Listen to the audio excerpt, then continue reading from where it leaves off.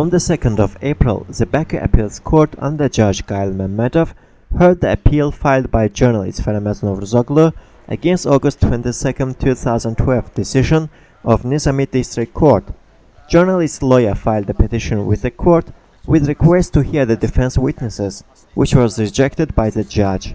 After a deliberation, the panel decided to deny the journalist's appeal and uphold the decision of the first instance court. Journalist Ferenc Novruzoglu was sentenced to 4.5 years in jail by Nizami District Court on August 22, 2012 on charges of appealing for mass disorders and violence against citizens and illegal border crossing.